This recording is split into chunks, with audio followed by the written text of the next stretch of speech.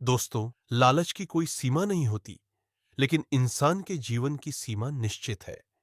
इंसान उतना ही जोड़ता है जितना वो देख सकता है, पर संभाल उतना ही पाता है जितनी उसकी किस्मत। एक राजा, एक लालची सेठ और एक रहस्यमयी साधु की यह कहानी आपको जीवन का सबसे बड़ा सच सिखाएगी। एक समय की बात है, राजा कर्मपाल अपने न्याय और वैभव के लिए जाने जाते थे।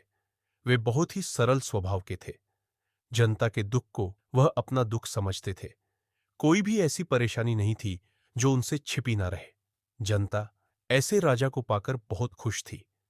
लेकिन इन्हीं के राज्य में एक बहुत बड़े अमीर सेठ रहते थे, जिनका नाम था धनीराम। धनीराम के पास इतना पैसा था कि वह सोने की थाली में खाना खाता था और सोने के गिलास में पानी पीता था। उसके पास किसी भी चीज की कोई कमी नहीं थी। उसके पास इतना धन था कि जितना शायद पूरी जनता के पास भी ना हो। लेकिन फिर भी उसे हमेशा एक डर लगा रहता था। डर कि कहीं कोई उसका धन चुरा न ले, या फिर राज्य में कोई दूसरा सेठ ना आ जाए जिससे उसकी शान में कमी आ जाए। यही चिंता उसे अंदर ही अंदर खाई जा रही थी। इस बात का हल निकालने के लिए वह राजा के पास गया। उसने कहा, महाराज, आपके राज्य में सब सुखी है, पर मैं बहुत चिंतित हूं। मेरे पास अपार धन है, लेकिन मुझे डर है कि कोई इसे छीन लेगा। मैं चाहता हूं कि आप राज्य में एक ऐसा नियम बनाए कि मेरे जितना धन कोई दूसरा व्यक्ति इकट्ठा न कर सके। इससे मेरी शान भी बनी रहेगी और मेरा धन भी सुरक्षित रहेगा। धनीराम की यह अजीबोगरीब मांग सुनकर राजा कर्मपाल कुछ देर के लिए सोच में पड़ गए। वे जानते थे कि धनीराम की मांग सरासर अन्यायपूर्ण है, लेकिन वे उसे सीधे मना करने के बजाय उसे एक सबक सिखाना चाहते थे। इसलिए उन्होंने अपने मंत्री को बुलाया। राजा बोले, मंत्री जी, धनीराम को डर है कि उनका धन कहीं खत्म न हो जाए, तो आप कोई ऐसा उपाय बताएं जिससे इनका धन घटने की बजाय और बढ़ जाए। मंत्री ने मन ही मन धनीराम के लालच को पढ़ लिया था। उसने थोड़ी देर सोचते हुए कहा, महाराज, हमारे राज्य में एक साधु रहते हैं। कहते हैं कि वे बहुत पहुंचे हुए साधु हैं। मंत्री ने आगे कहा, इनकी समस्या का हल उनके पास जरूर होगा। आप आदेश दें तो उन्हें यहां बुला लिया जाए। राजा ने तुरंत कहा, नहीं नहीं, मंत्री जी, इतने तपस्वी साधु को यहां बुलाना उनका अपमान होगा। ऐसा करते हैं कि हम सभी उनके पास चलते हैं। हम भी तो दिखे कि वो इस समस्या का क्या हल बताते हैं। फिर वे तीनों उस साधु की कुटिया की ओर चल दिए। जब वे वहां पहुंचे तो साधु गहरे ध्यान में बैठे थे। जैसे ही उन्होंने अपनी आंखें खोली, राजा ने उन्हें सादर प्रणाम किया और सेठ धनीराम की पूरी परेशानी बताई। साधु ने सेठ की ओर एक नजर देखा और देखते ही उसकी सारी परेशानी समझ ली। साधु ने सेठ को एक छड़ी दी और कहा, सेठ जी, इस छड़ी से तुम जमीन पर जितनी लंबी लकीर खींचोगे उतनी जमीन तुम्हारी हो जाएगी। लेकिन एक बात का ध्यान रहे, सूरज ढलने से पहले तुम्हें ठीक उसी जगह वापस पहुंचना होगा जहां से तुमने लकीर खींचना शुरू किया था। राजा को यह बात बड्डी अनुचित लगी। उन्होंने घबरा कर कहा, साधु महाराज, आपकी यह बात ठीक नहीं है। आप आखिर कैसे राज्य की जमीन को इस तरह दांव पर लगा सकते हैं? साधु ने बद्दी शांति से जवाब दिया, राजन, आप चिंता मत करिए, सब बढ़िया होगा।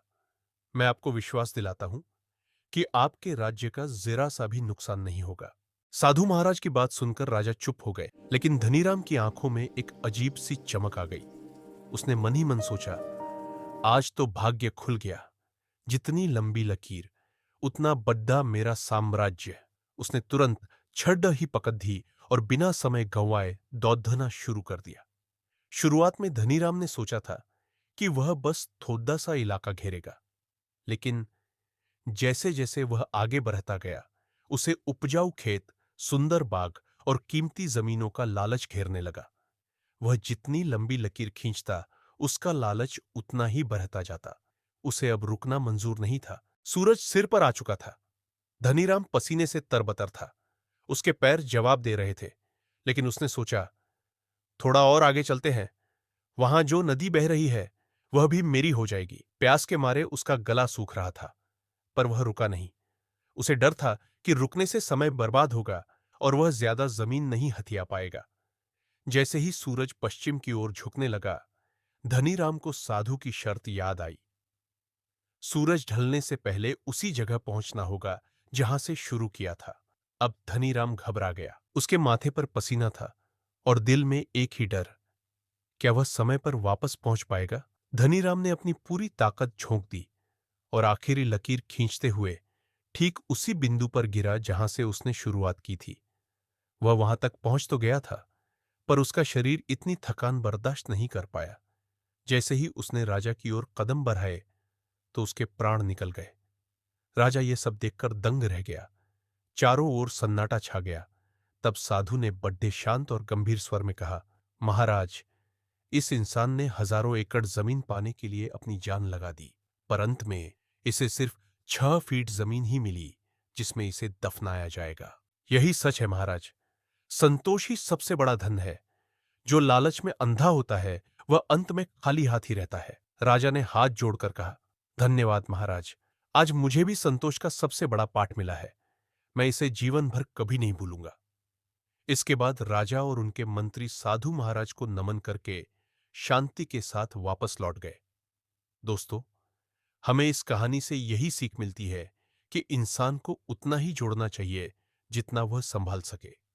बेहिसाब लालच अंत में विनाश का कारण बनता है। रुको दोस्तों, वीडियो छोड़ने से पहले मैं आपको एक बात कहना चाहता हूं कि मेरी पहली बुक प्ले स्टोर पर पब्लिश हो चुकी है, जिसका नाम है अनुशासन की कीमत। इस कहानी में आपको अनुशासन का महत्व और उसकी कीमत बताई गई है। ये कहानी एक शिक्षक और एक बिगड़ैल बच्चे के मां के चारों ओर घूमती है। दोस्तों, ये कहानी 6 से 7 पेज की है और इसका प्राइस 18 रुपये है, जो पहले 35 रुपये था। अगर आपको किताब की कहानी अच्छी लगे तो खरीद लेना और इसको अच्छी रेटिंग और रिव्यू जरूर देना। लिंक आपको डिस्क्रिप्शन, कमेंट बॉक्स और कम्युनिटी पोस्ट में मिल जाएगी। धन्यवाद। दोस्तों, आपको ये कहानी कैसे लगी मुझे कमेंट करके बताना। अगर आपको वीडियो अच्छी लगी हो तो वीडियो को लाइक और शेयर करें, और आप चाहते हैं कि ऐसी वीडियो मैं लाता रहूं तो प्लीज चैनल को सब्सक्राइब करें। Thanks for watching this video. मिलते हैं अगली वीडियो में। जय हिंद।